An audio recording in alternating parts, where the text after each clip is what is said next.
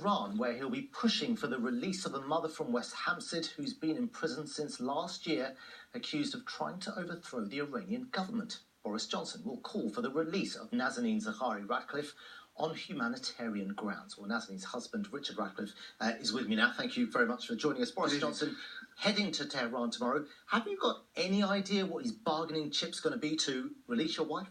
No, well, I know he's going there tomorrow. He's going to be meeting with the foreign minister, the Iranian foreign minister. He's going to be trying to meet with the judiciary, head of the judiciary, and be trying to meet with Nazanin. So hopefully he'll just be able to press her case as clearly as possible. And yeah, let's hope that he can do something to unlock. And I know fingers are crossed for that, but let's just say nothing comes of this visit.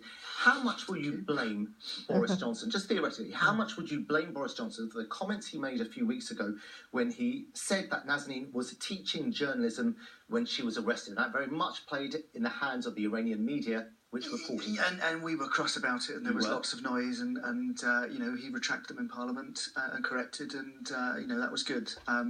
He's now gone to Tehran and is making very clear his call for her to be released.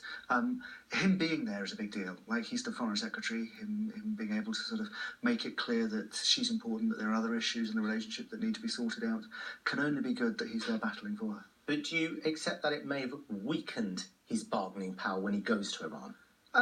Who knows how things will play through? Who knows how things will play through in her court case on Sunday? Who knows, if we're lucky, if there's even a court case on Sunday?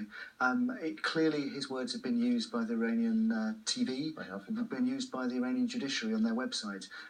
Hopefully that will come to an end, and hopefully that they will just find a way to release her for Christmas. Now, a few weeks ago, campaigners gathered in London in support of your wife, and we heard your wife on the phone. They spoke to her from prison. She sounded very upbeat, it has to be said, never buoyed by what was going on. Does she know that Boris Johnson's going to Iran this weekend? And if so, how's she feeling? She certainly knew he had plans, and the last time I spoke to her was on Tuesday, so that was before we knew that he was going to be there this weekend. I'm guessing it's been on the television there as well, so she will know. Back on Tuesday, she was sort of desperate to find out when is he going, and obviously worried about her trial. So I'm sure him being there and you know, that lifting spirits and knowing that she's not alone can only be a good thing. It can be a good thing. And we're coming into Christmas, a difficult time of year to be without your loved ones. You haven't seen your daughter for such a long time now.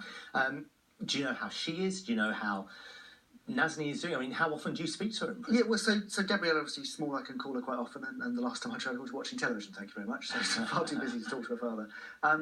She's little enough not to understand. Clearly, that's right. Last Christmas, we were all apart, and it was a very tough time, and hope beyond the hopes that you know, maybe he can unlock the door, and she is back in time for this year. Well, Richard Ratcliffe will be following very closely what happens this weekend, as no doubt you will be, and hopefully we'll speak again with best news next week. Thanks very much for that, He Richard looks Ratcliffe. really tired and upset. 6 months after